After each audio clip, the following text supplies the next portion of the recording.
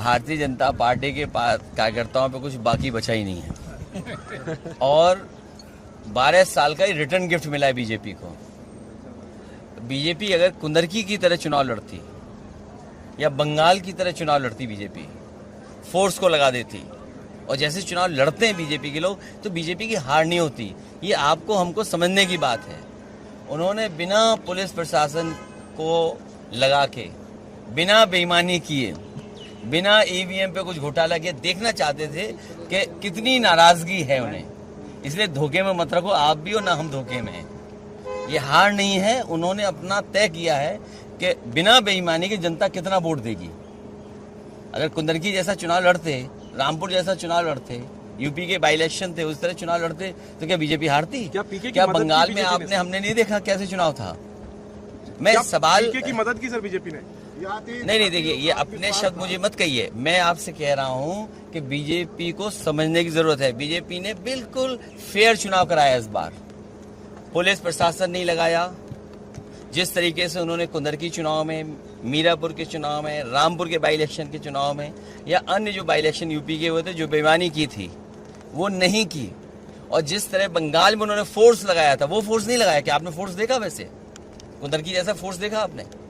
तो समझ लो आप। तो वो चेक कर रहे थे कि कितनी जनता में नाराजगी है। जब आम चुनाव आएगा तो वो अपना फोर्स लगा देंगे। अरे दतिया की तो बतिया ही मत करो, बात ही मत करो आप। हमें खुशी है कि दतिया की जनता ने और समाजवादी कार्यकर्ताओं ने जिम्मेदारी से अखिलेश जी आपने साथ दिया इंडिया गठबंधन। आपने जीतू पटवारी से बात की थी दतिया को, न केवल बात में आपने मदद की। मैंने कांग्रेस पार्टी के प्रदेश अध्यक्ष, उनसे बातचीत हुई और हमारी पार्टी का जो भी संगठन है मध्य प्रदेश का और झांसी का, क्योंकि रिश्तेदारियां हैं आपस में, विधानसभा में इधर उधर दोनों क्षेत्रों में एक दूसरे की रिश्तेदारियां हैं, तो जो मदद और सहयोग कर सकते थे हम लोगों ने किया। मेरा सवाल ये है कि यहाँ पे जो प्रोटेस्ट देखा हमने जेनजी, तो वो कॉकरोच जनता पार्टी के साथ दिखी। बांकीपुर में एक थर्ड फोर्स प्रशांत किशोर के साथ। तो आपको लगता है कि जो ट्रेडिशनल पार्टीज हैं, सपा, कांग्रेस, ऑपोजिशन, इनके लिए एक चिंता का विषय है या it's not a worry for you? मैं आपके लिए भी चिंता का सवाल है। मेन स्ट्रीम मीडिया को भी चिंता करनी चाहिए, सोचना चाहिए कि मेन स्ट्रीम मीडिया आपसे आगे चला गया। मेन स्ट्रीम मीडिया को चिंता करना चाहिए कि मेन स्ट्रीम मीडिया आगे चला गया। जो लोग सड़क पे थे, जो बीच में थे जनता के, आप पहुंच नहीं पाए, वो कारण मैं नहीं बोलना चाहता हूं, आपको भी जाना चाहिए था। इसलिए किसी को चिंता करने की जरूरत नहीं है। बीजेपी ने बहुत फेयर इलेक्शन कराया है। अगर फेयर इलेक्शन जैसे कुंदरकी में हुआ था, बंगाल में हुआ है या अन्य बाई इलेक्शन हुए, वो फुटेज है आपके पास, आर्काइव में चीजें, अगर वो आप देख लें तो आप खुद समझ जाएंगे कि बीजेपी ने अपने आप को चेक करने के लिए। और फिर सुनना तो ये मैंने है कि मिठाइयाँ जीत की तरफ तो बटी बटी हैं, लेकिन बीजेपी के अंदर भी मिठाई लड्डू बटे हैं। ये क्या कारण है? सदन में रिजिजू साहब ने बोला कि जो लोग राम मंदिर का विरोध करते थे, जिन्होंने गोलियां चलवाई, वो उनका कोई हक नहीं है राम मंदिर पर चर्चा करने की। ये बहुत सामान्य ज्ञान की बात है। इस बात को इसलिए नहीं छेड़ना चाहिए कि आप भी कानून को समझते हैं, आप भी चीजों को समझते हैं। एफआईआर किस पे दर्ज हुई? सुप्रीम कोर्ट ने अपने फैसले में क्या कहा? आखिरी में यही कहा कि जिनके ऊपर केस चल रहे हैं उनके केस खत्म नहीं होंगे, वो चलते रहेंगे। तो केस किसके ऊपर हुआ? केस किसके ऊपर हुए?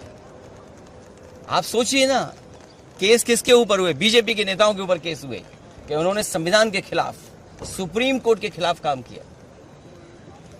अब तो चुनाव का दंगल यूपी में होगा सर। क्या पप्पू यादव, अगर दंगल होगा तो दंगल में तो समाजवादी ही लोग जीतेंगे। अखिलेश जी, पप्पू यादव का जो उस दिन जो नाटक था राम मंदिर चंदा चोरी को लेकर के, राम गोपाल जी ने कहा कि वो उचित नहीं था, आपकी राय क्या है? चाचा ऑलरेडी राम गोपाल चाचा क्या कह रहे हैं वो बात नहीं है।